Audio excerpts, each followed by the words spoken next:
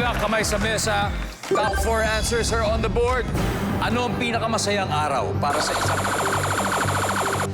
Wow, wala pa. Sige, Jerry, ano kaya yun? Pasko. Tatapusin ko, ha? Ano ang pinakamasayang araw para sa isang 7-year-old na bata? Why not? Pasko! Meron pa, Jello. Ano ang pinakamasayang araw para sa isang 7-year-old na bata? Birthday. Birthday! Survey says, Jello, let's play. play? Play. All right, final round. Let's see. Isa, dalawa na lang to, ha? Kung 7 years old ka, ano ang pinakamasayang araw para sa'yo? Bagong taon. Kung may New Christmas, Firework. May New Year. Oh, wala, Nina. Ano kaya? Vacation or family outing? Family outing or vacation. Survey says, Hoy! Eto na yung sa akin. Pag may break. Yes. Boy, isa na lang to. Ano kaya pinakamasayang araw para sa isang 7-year-old? Tingin ko pwede yung Halloween. Humingi ng mga candy. Trick or treat. Nandyan ba ang Halloween? Wala. Okay. Underwater fighters, isip na kayo. Jello, kailangan makuha mo to, ha?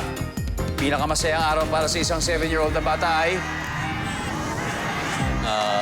First day of class. Oh, first day of class. Pwede. Tama. Na-miss yung mga kaklase.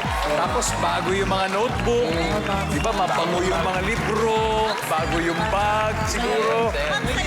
Agree ba kayo, audience? Nandiyan na ba yun? Survey says...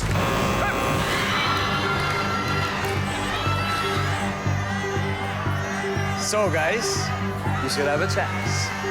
Jerry, ano ang pinakamasayang araw para sa isang 7-year-old na bata? uuwi yung magulang niya galing sa mahabang bakasyon. Isa. May bagong laruan.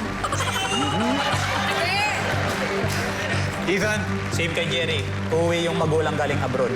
uwi yung magulang galing abroad. Chia, pwede may iba ka. Ano ang pinakamasayang araw para sa isang 7-year-old? Para maiba, uuwi yung magulang galing abroad. Alright. Ang sabi nila ay kapag uuwi ang magulang, siguro ay OFW, di ba nagtatrabaho sa abroad? Pero ang sabi ng survey natin ay, for the win, ano?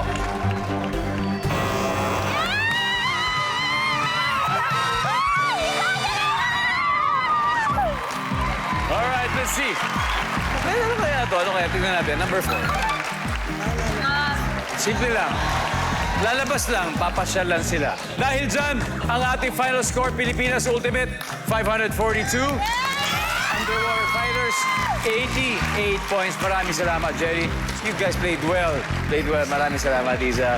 Ethan, thank you very much. Sia, thank you very much. Palakpakan po natin sila na nanalo din ng 50,000 pesos.